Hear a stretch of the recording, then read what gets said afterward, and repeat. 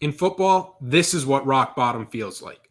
A strong argument could be made that the first half against JMU was the worst half of football in Carolina history because it's the worst half I've ever seen.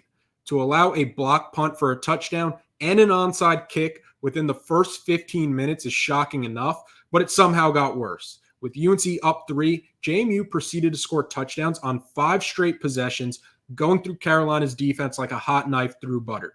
Receivers streaking wide open without a player in Carolina blue in sight again and again. To give up 53 points and a half against a group of 5 team that 2 weeks ago beat Gardner-Webb 13-6 is an embarrassment. This Carolina team got ran out of the building, its own building at that. I was on the UNC team that gave up 70 points at ECU, and that was our rock bottom moment. We peered across the sideline to a group that looked confident, back to our sideline where everybody looked lost. That's what I saw on Saturday. In the moment, I would have swapped everybody, coaches and players included, because despite star rankings, it was visible early. One side knew they were going to win, and the other side knew they were in trouble. I'll let you guess who was who. Our fix back in 2014 was we needed a new defensive coordinator that could come in and command the locker room. This iteration of Carolina football has tried that already twice and is now on its 3rd defensive coordinator. There was a defensive coordinator that told Mack Brown to replace position coaches because he thought they were actively undermining what he was brought in to do.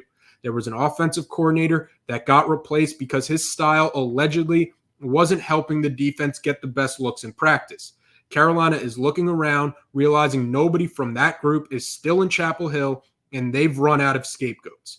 Just a week after committing 16 penalties against NC Central, there was more head-scratching, back-breaking, undisciplined penalties in the loss to James Madison. I mentioned it already, but Carolina allowed a block punt that got returned for a touchdown and fell asleep on an onside kick in crucial moments of the first quarter that gave a lesser team added belief that they would come in and pull off the upset. I think you can point at every mistake UNC made and say, well, the coaches aren't out there. It's on the players. And while I do agree with that from an outside perspective, when the same issues happen in year 1 to year 2 to now year 6 without any apparent correction, that's when it falls on the coaching staff. This has been a house of cards program with NFL quarterbacks keeping the foundation. Without the crutch of Sam Howell, Drake May, or somebody else at that level, this was always going to be the result. The first time we really saw that was in the bowl game this past year against West Virginia, where UNC ultimately didn't look competitive against a mediocre team. The roster for 6 years has been average, with a few great players sprinkled in. When you're just average and you have a coaching staff that puts you behind the 8 ball as much as this coaching staff has, moments like Saturday become inevitable. Not only is this UNC's 8th loss as a double-digit favorite since 2019, this is the 4th time that UNC has lost by double digits as a double-digit favorite.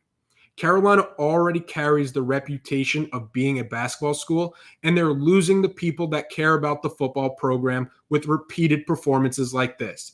That's why I'd be in favor of ripping the Band-Aid off now and letting those that still care deeply about this team and this program know that this continued downward trend is not acceptable. As of today, in this very moment, that's not the case, and this is a situation that could get ugly.